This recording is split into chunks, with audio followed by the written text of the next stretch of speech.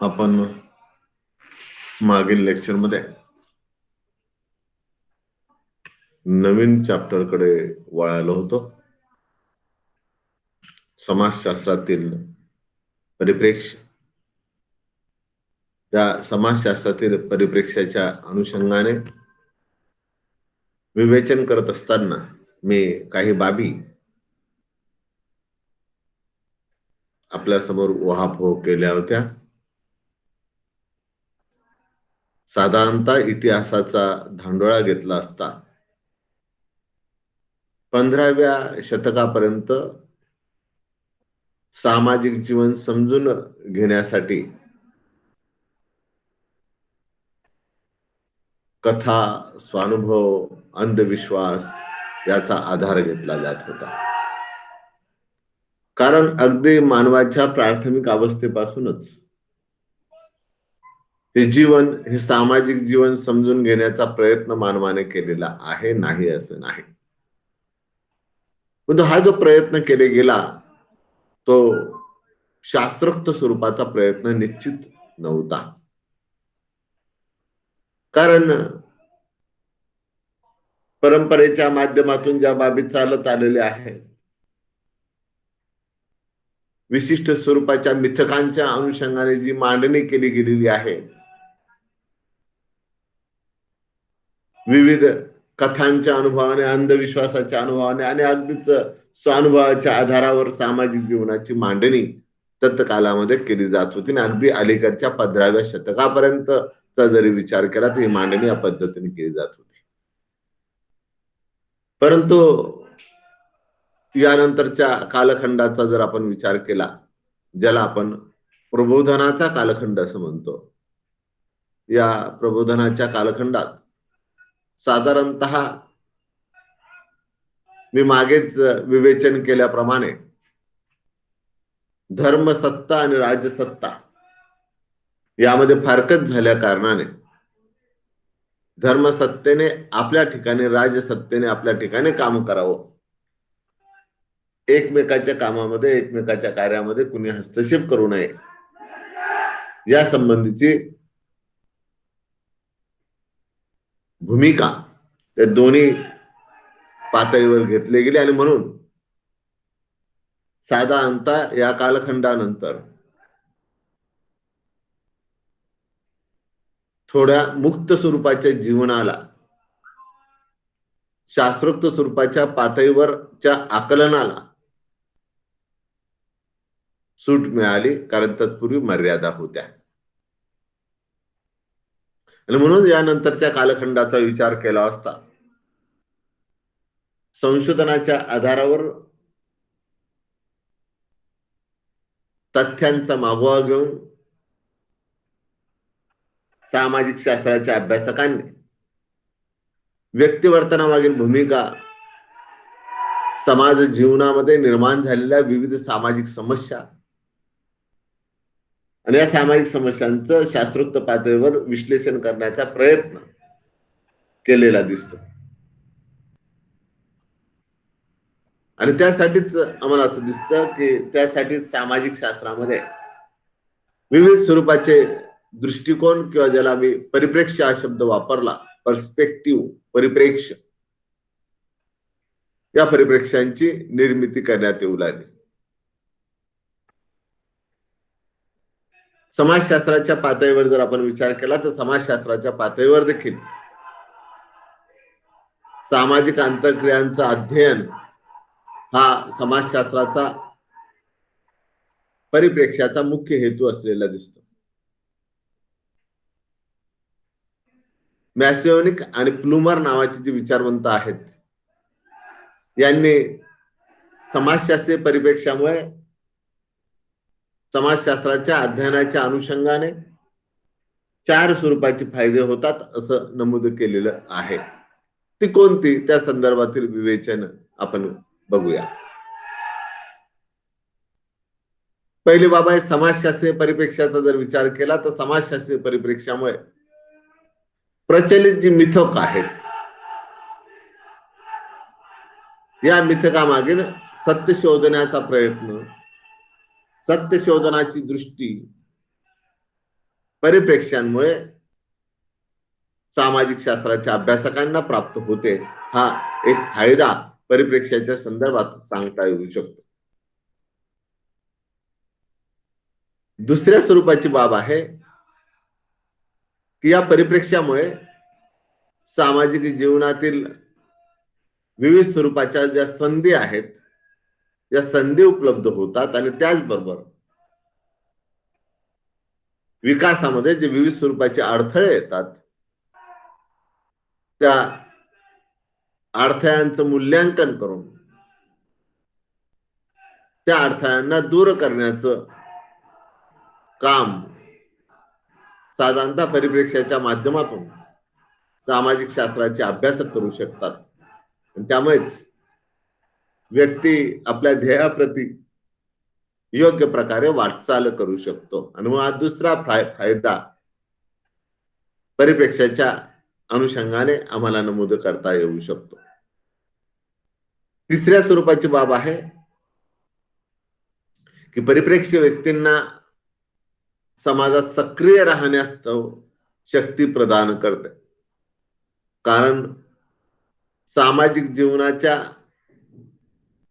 जे विविध स्वरूपाचे पैलू आहे, त्यापैकी कोणत्याही पैलूचं मूल्यांकन तसंच या पैलूंचं परीक्षण करण्याचं काम, त्या स्वरूपाची योग्यता सामाजिक शास्त्राच्या अभ्यासकांना परिप्रेक्ष्यामुळेच प्राप्त होऊ शकते. आणि म्हणून त्या दृष्टिकोनातून देखील परिप्रेक्ष्याचं महत्व आम्हाला स्पष्ट करता येऊ शकतं. चौथ्या स्वरूपाची बाब आहे की परिप्रेक्ष्याच्या माध्यमातून व्यक्तींना सामाजिक जीवनामध्ये जी आव्हानं येत असतात, या आव्हानांना सामोरं जाण्याची एक शक्ती प्राप्त होऊ शकते.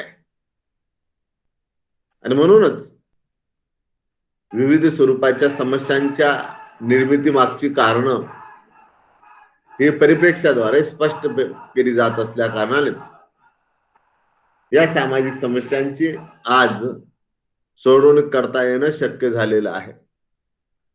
आणि त्याच कारण परत्वे समाजशास्त्राच्या अभ्यासकांना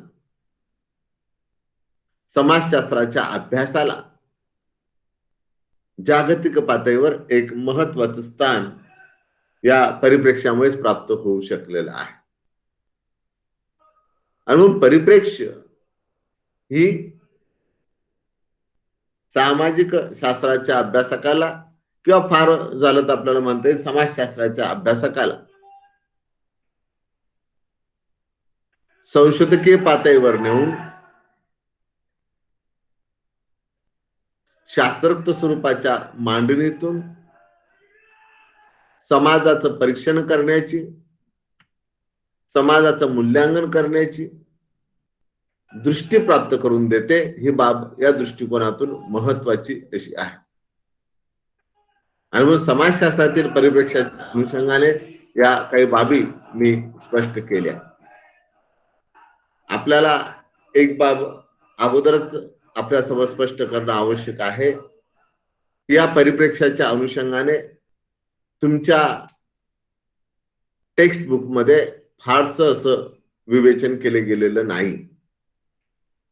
या समाजशास्त्राची परिप्रेक्ष्य शिकत असताना तुम्ही या सर्व बाबी, ज्या बाबींचा मी इथे उल्लेख करत आहे, ज्या बाबी पीपीटी मध्ये तुम्हाला दिसत आहेत, त्या बाबी तुमच्याकडे नोंद करून घेणं आवश्यक स्वरूपाचं असेल. तुमच्या परीक्षेच्या दृष्टिकोनातून असेल किंवा एकंदरच समाजशास्त्राच्या आकलनाच्या दृष्टिकोनातून असेल. आपण समाजशास्त्रातील परिप्रेक्ष्याकडे वळूया.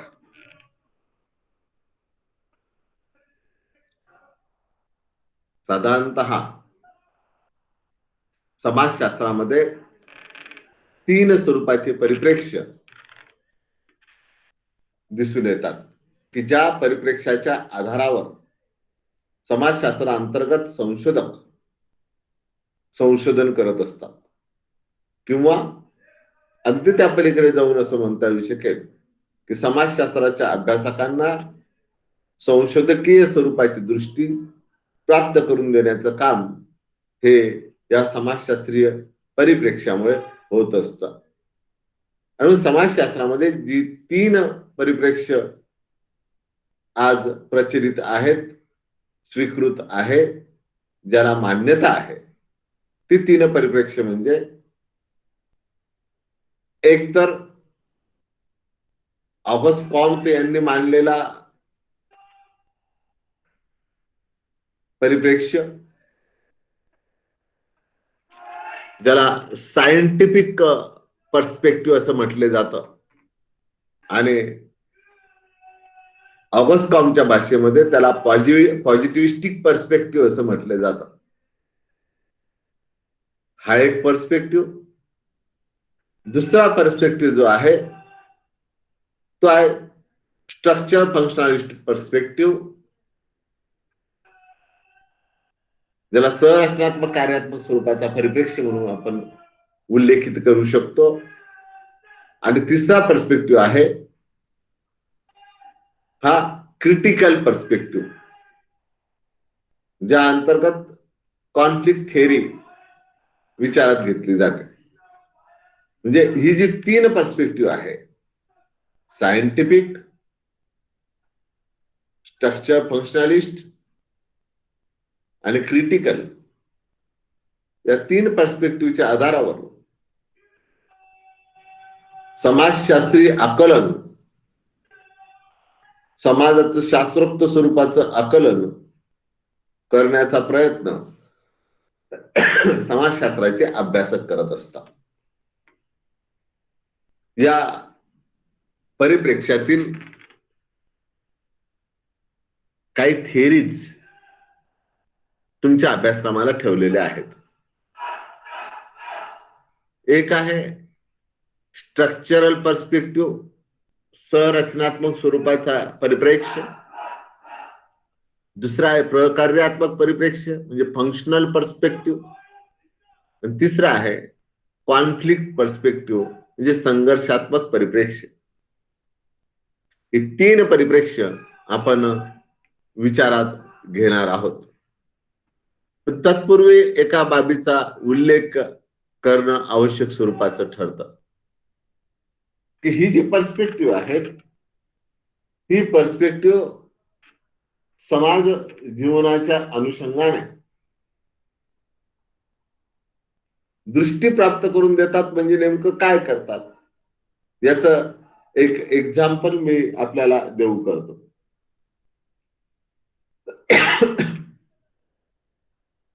आपण डोळ्यावर गॉगल चढवितो, त्या गॉगलचा रंग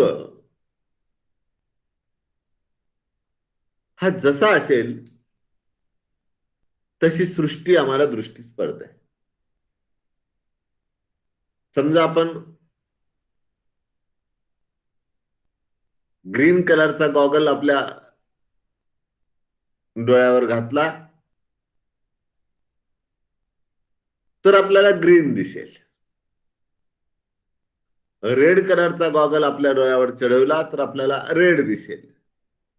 ब्ल्यू घातला तर ब्ल्यू दिसेल. म्हणजेच त्या गॉगलच्या ग्लास ज्या रंगाच्या आहेत तशा स्वरूपाचा रंग आम्हाला सृष्टीचा दिसू लागतो. ही जी 3 पर्स्पेक्टिव्ह आहेत, ही 3 पर्स्पेक्टिव्ह देखील तत्स्वरूपीच आहे. मी केवळ गॉगलची उपमा त्याला दिली. त्या विचारवंताने ज्या पद्धतीने समाजशास्त्राचं आकलन करण्याचा दृष्टिकोन मांडलेला आहे, तो दृष्टिकोन जर आम्ही स्वीकारला तर आम्ही देखील त्याच दृष्टिकोनातून त्या समाजाकडे पाहू लागतो. मार्क्सचा कॉन्फ्लिक्ट म्हणजे संघर्षात्मक दृष्टिकोन जर आम्ही स्वीकारला तर आम्ही त्याच दिशेने, त्याच दृष्टीने त्या समाजाचं क्रिटिकल अनालिसिस करू लागू. चिकित्सात्मक स्वरूपाचं अनालिसिस आम्ही करू लागलो. जर आम्ही सायंटिफिक पर्स्पेक्टिव्हचा गॉगल घातला, मी एक आपल्याला कावळा या दृष्टिकोनातून गॉगल एक प्रतीक वापरत आहे, तर आम्हाला सायंटिफिक अप्रोचच्या अनुषंगाने त्या समाजाचं विश्लेषण करता येऊ शकतं. हा सायंटिफिक अप्रोच जो आहे, हा अप्रोच, हा मार्ग जो जातो तो ऍज इट इज, जसे आहे तसे सृष्टीकडे बघत असताना जसे आहे तसे आपण बघावे. ज्याप्रमाणे भौतिक विज्ञानामध्ये ही अभ्यासक प्रयोगशाळेमध्ये जो प्रयोग करतात, त्या प्रयोगामध्ये वापरण्यात येणारी जी संयुग आहेत त्याकडे ते आपल्या दृष्टिकोनातून नाही, जसे आहे तसे त्याकडे बघतात. तशाच स्वरूपाचा दृष्टिकोन आम्हाला सायंटिफिक अप्रोचचा जर आम्ही स्वीकार केला तर बाळगावा लागतो. स्ट्रक्चर फंक्शनल अप्रोचच्या अनुषंगाने तीच बाब आहे. आणि म्हणून या तिन्ही स्वरूपाच्या बाबी आम्हाला समाजाकडे बघण्याचा दृष्टिकोन प्राप्त करून देत असतात. आणि म्हणून एकंदरच सायंटिफिक अप्रोच असो, स्ट्रक्चरल अप्रोच असो की क्रिटिकल अप्रोच असो, ही तिन्ही स्वरूपाचे दृष्टिकोन समाज विश्वाकडे कोणत्या दृष्टीने आम्ही बघावं, कोणत्या दृष्टीने आम्ही त्याचं आकलन करावं, या संबंधीची दृष्टी आम्हाला प्राप्त करून देत असतात. आणि म्हणून या तिन्ही दृष्टिकोनाचा आपण इथे विचार करणार आहोत. त्यातील पहिला जो दृष्टिकोन आहे तो आपण विचारात घेऊ, स्ट्रक्चरल पर्स्पेक्टिव्ह. हा स्ट्रक्चरल पर्स्पेक्टिव्ह जो आहे हा समजून घेताना आम्ही एक व्हिडिओ क्लिप बघू.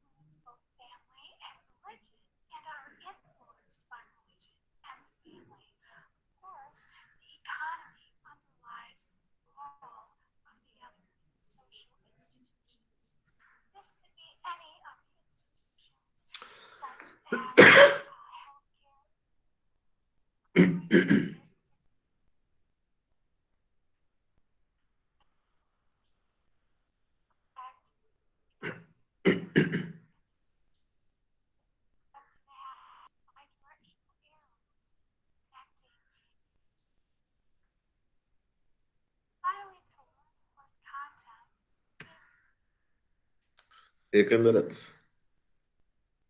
स्ट्रक्चरल फंक्शनल पर्स्पेक्टिव्ह हा नेमका काय आहे? खरं तर स्ट्रक्चरल पर्स्पेक्टिव्ह असं नाही, तर स्ट्रक्चर फंक्शनल पर्स्पेक्टिव्ह आहे. पण अभ्यासक्रमाला स्ट्रक्चरल पर्स्पेक्टिव्ह आणि फंक्शनल पर्स्पेक्टिव्ह हे वेगवेगळे ठेवलेले आहे. ओके, आपण त्या अनुषंगाने विचार करूया. स्ट्रक्चरल पर्स्पेक्टिव्ह जो आहे, म्हणजे ज्याला आपण संरचनात्मक परिप्रेक्ष्य असं म्हणतो, हा संरचनात्मक परिप्रेक्ष्याची जी काही मांडणी केली गेली, मला वाटतं त्या मांडणीकडे आपण दृष्टिक्षेप देखील टाकला असेल, की समाजाची एक संरचना असते आणि त्या संरचनेमध्ये विविध स्वरूपाची घटक एकमेकाशी जोडले गेलेली असतात. आता ही विविध स्वरूपाची घटक कशी जोडले गेली, शेवटची अशी क्लिप तुम्ही पाहिली की family, religion, economy, education, polity, these are various institutions in our society. या वेगवेगळ्या स्वरूपाच्या संस्था आपल्या समाजा अंतर्गत आहेत. या संस्था एकमेकाशी संलग्न असलेल्या दिसतात. म्हणजे कुटुंब संस्था, धर्म संस्था, राज्य संस्था, अर्थसंस्था, शिक्षण संस्था या एकमेकाशी संलग्नित आहेत. म्हणजे त्यांचं एक स्ट्रक्चर तयार झालं. यु नो, स्ट्रक्चर, संरचना या अनुषंगाने. आणि स्ट्रक्चर करून, अशा स्वरूपाचं एक स्ट्रक्चर उभं करून, या स्ट्रक्चरच्या माध्यमातून कार्य म्हणजे फंक्शन घडून येत असतं. त्या संदर्भात एमिल दुर्खीमचं एक एक्झाम्पल त्या क्लिप मध्ये देऊ केलं होतं. एमिल दुर्खीम हा समाजशास्त्राचा पायोनियर. त्याने मांडलेल्या थेअरीचा उल्लेख त्या क्लिप मध्ये केला होता. सुसाईड थेअरी, आत्महत्येचा सिद्धांत. हा आत्महत्येचा सिद्धांत मांडत असताना दुर्खीमने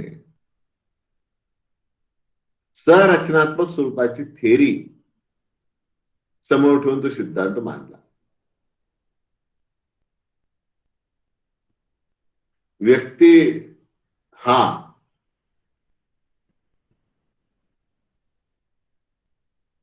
त्या समाज संरचनेतील जे विविध घटक आहेत त्या घटकाशी जोडले गेलेला असतो.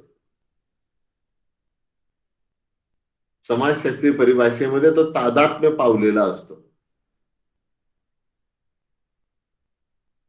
तुम्ही देखील समाज संरचनेच्या या विविध घटकांशी जोडले गेलेले आहात.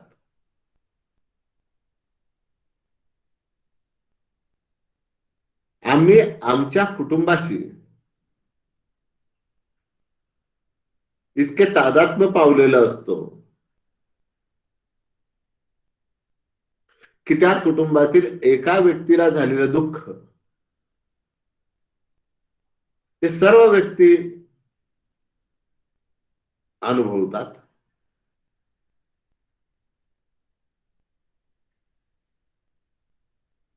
त्या कुटुंबातील एखाद्या व्यक्तीला मिळालेलं सुख सर्व व्यक्ती अनुभवतात.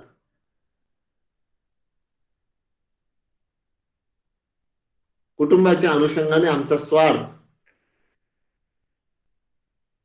पूर्णपणे बाजूला सारला गेलेला असतो आणि आम्ही त्या कुटुंबाशी अगदी तादात्म्य झालेला असतो. आणि मग कुटुंबासाठी काहीही करण्याची उर्मी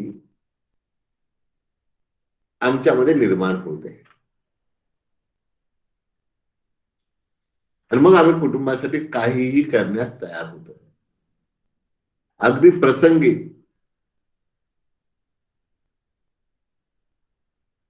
त्या कुटुंबाकरता आम्ही आमचं जीवित देखील देऊ शकतो, देण्याचा प्रयत्न करतो.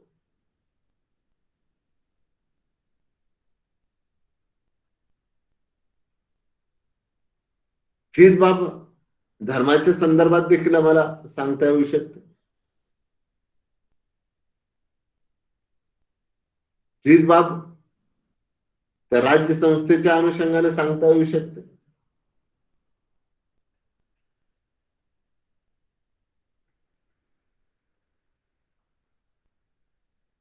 त्या राज्याकरता आपलं जीवित धोक्यात घालण्याचा, तो देश, त्या देशासाठी आपलं जीवित धोक्यात घालण्याचा आणि आपला स्वार्थ बाजूला ठेवण्याचा प्रयत्न व्यक्ती करतात. सर, मला वाटतं मागे एका लेक्चरमध्ये म्हणालो होतो, राष्ट्राच्या सीमेवर लढणारी सैनिक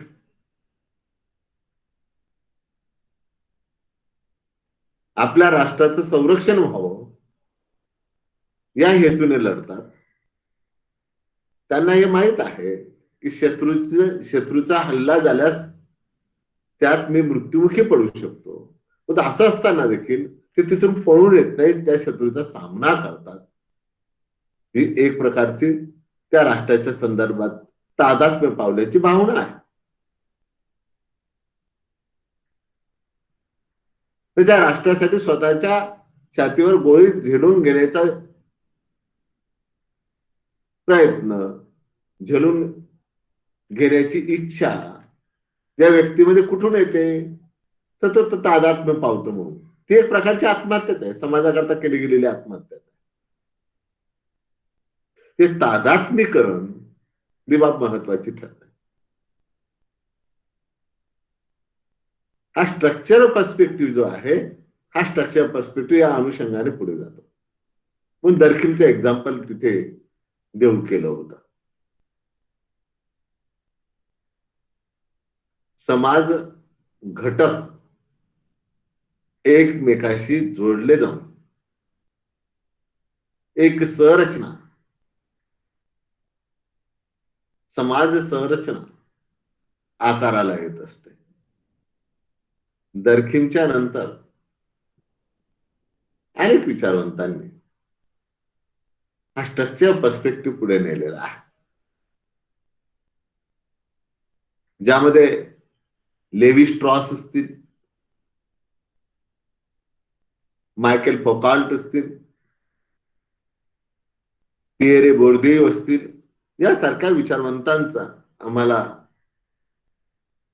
या स्ट्रक्चर पर्स्पेक्टिव्हच्या अनुषंगाने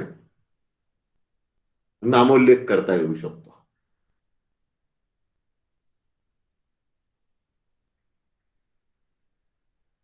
या विचारवंतांच्या अनुषंगाने अगदी थोडक्यात मी मांडणी करते, कारण की हा पर्स्पेक्टिव्ह फक्त तुम्हाला समाजशास्त्राअंतर्गत कोणकोणत्या स्वरूपाची दृष्टिकोन आहे हे केवळ तुम्हाला फर्स्ट इयरला माहीत व्हावं या हेतूने तुमच्या अभ्यासक्रमाला 3 पर्स्पेक्टिव्ह ठेवलेले आहे. उद्देश तो आहे. आणि विस्ताराने ती मांडणी मी इथे करत बसणार आहे. तुम्ही ज्यावेळेस MA ला याल, PG ला याल, त्यावेळेस तुम्हाला विस्ताराने ते शिकवले जाईल. लेवी स्ट्रॉस नावाचा जो विचारवंत आहे, यांनी आप्तसंबंध संरचनेच्या संदर्भात मांडणी केली.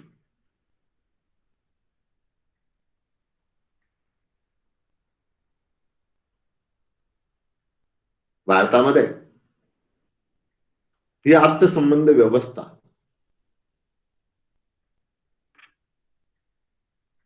आजही अस्तित्वात आहे. उदाहरणार्थ, लग्नपत्रिकेमध्ये इष्ट आप्तासह वधूवरास आशीर्वाद द्यावयास यावे असं एक वाक्य असतं. या आप्त म्हणजे काय? मला वाटतं या अगोदर कदाचित त्याचा उल्लेख केलेला मी असावा.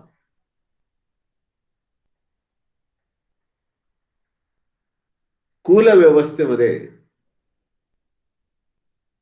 ही आप्त संबंध फार महत्वाची मानली जातात.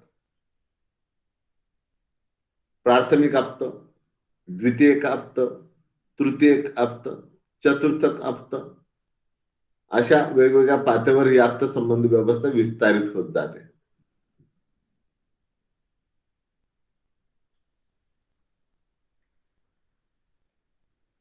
प्राथमिक आप्त म्हणजे काय, एक एक्झाम्पल मी आपल्याला देऊ करतो.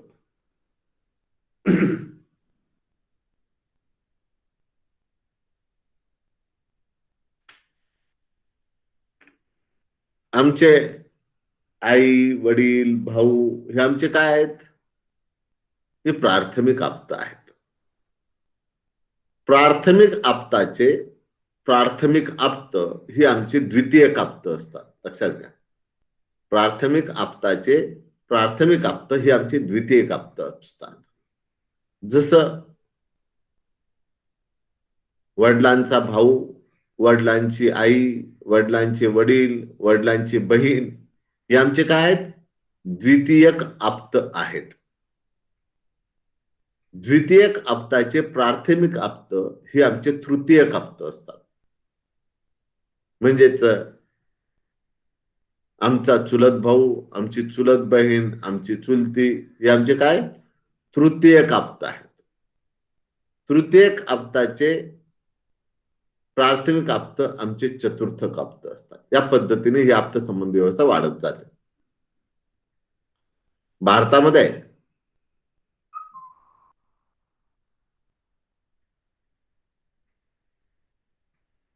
पूर्वी कुल कुटुंब व्यवस्था होती. आजही आपण कुलाचार करतो. विवाहाच्या प्रसंगी कुलाचार केला जातो. म्हणजे काय, आम्ही आमच्या सगळ्या भाऊबंधांना जेवायला बोलवतो, कुलाचार. ही सगळी आमची जी भाऊबंद आहेत ते एक कुल होत. पूर्वी कुल कुटुंब व्यवस्था होती.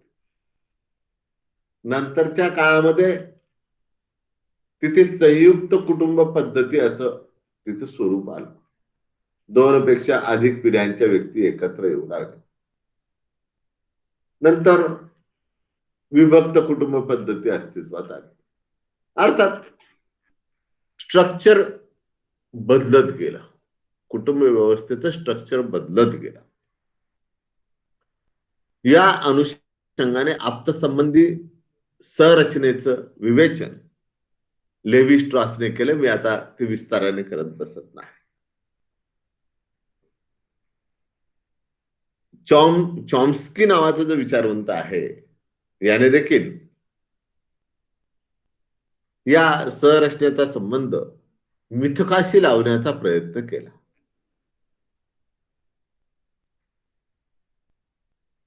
तर मायकेल फोकाल्ट नावाचा जो विचारवंत आहे, हा मायकेल फोकाल्ट या सामाजिक संरचनेच्या किंवा संरचना परिप्रेक्ष्याच्या संदर्भात सांगतो की सामाजिक संरचना जर समजून घ्यावायची असेल तर ही सामाजिक संरचना समजून घेण्यास इतिहासाची गरज आहे. त्यासाठी आम्हाला इतिहास समजून घ्यावा लागेल.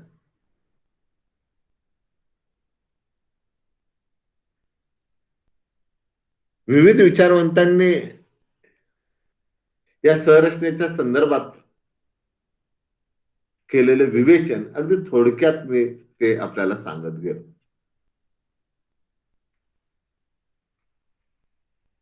पिएरे बोर्देव नावाचा एक विचारवंत आहे. हा युरोपियन विचारवंत. या पिएरे बोर्देवने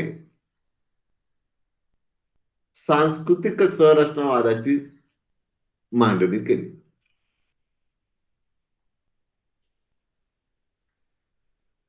कल्चर स्ट्रक्चर पर्स्पेक्टिव्ह, सांस्कृतिक संरचनावादी परिप्रेक्ष्य. आणि मांडणी करत असताना बोर्दियूने या सांस्कृतिक संरचनावादी परिप्रेक्ष्याचा आधार म्हणजे विश्लेषणाचा आधार जो घेतला तो त्याने सामाजिक वर्ग हा विश्लेषणाचा आधार घेतला. आणि सामाजिक वर्गाच्या अनुषंगाने त्याने एकंदरच समाजाच्या संरचनेची मांडणी केली की समाजाची संरचना काय आहे आणि समाजाच्या संरचनेची मांडणी करत असताना त्याने जे वर्ग आहेत, क्लास जी आहेत, या वर्गाची विभागणी 4 भागामध्ये केली.